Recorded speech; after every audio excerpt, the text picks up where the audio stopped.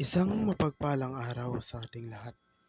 Ako ang inyong lingkod, Elijah Bolden Valdez, at welcome sa ating daily devotions.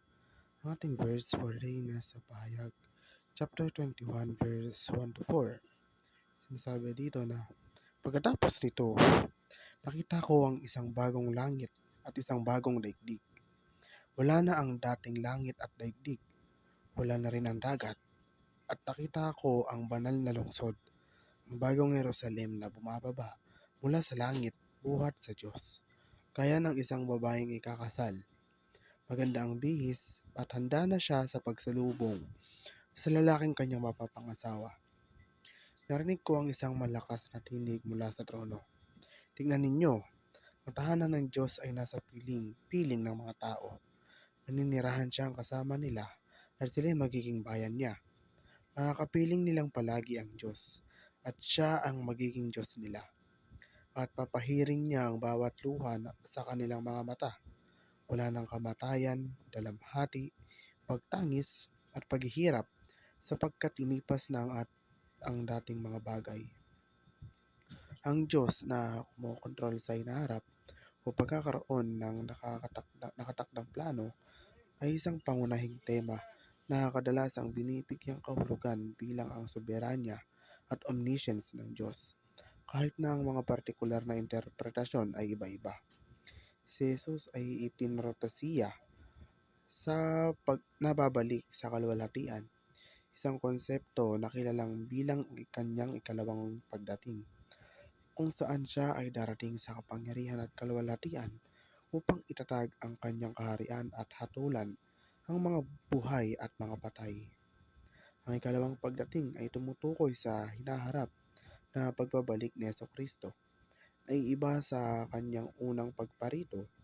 Ang paglalang ay ibabalik.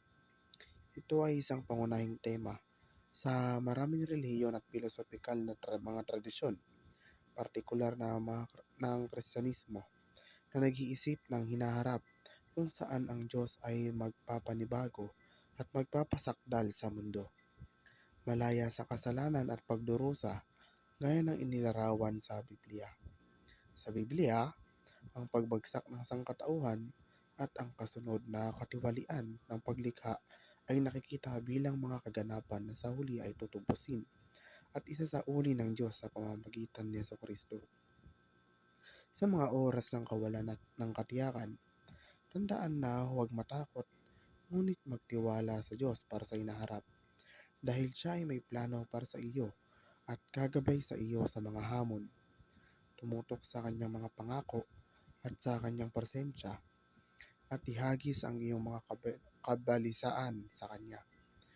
Ang pamumuhay na may layuning eschatological ay nangangahulugan ng pag-unawa at pagkilos sa liwanag ng mga huling bagay, kamatayan, paghatol, langit at impyerno, upang maghanda sa hinaharap at mamuhay ng makabuluhang buhay ngayon na nakatuon sa kaharian ng Diyos at sa pag-asa ng buhay na walang hanggan.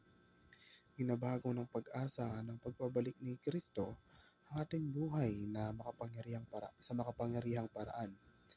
Binabago nito ang ating pananaw, itinataas ang ating mga mata mula sa ating kasalukuyang kalagayan patungo sa walang hanggang mga pangako ng Diyos. Hindi na natin nakikita ang ating mga problema bilang hindi malulutas ng mga balakid, kundi bilang mga pagkakataon para sa Diyos na ipakita ang kanyang kapangyarihan at katapatan. Muli, ako ang inyong lingkod, Elijah Bolden Valdez. Dito na nagtatapos ang aking daily devotions.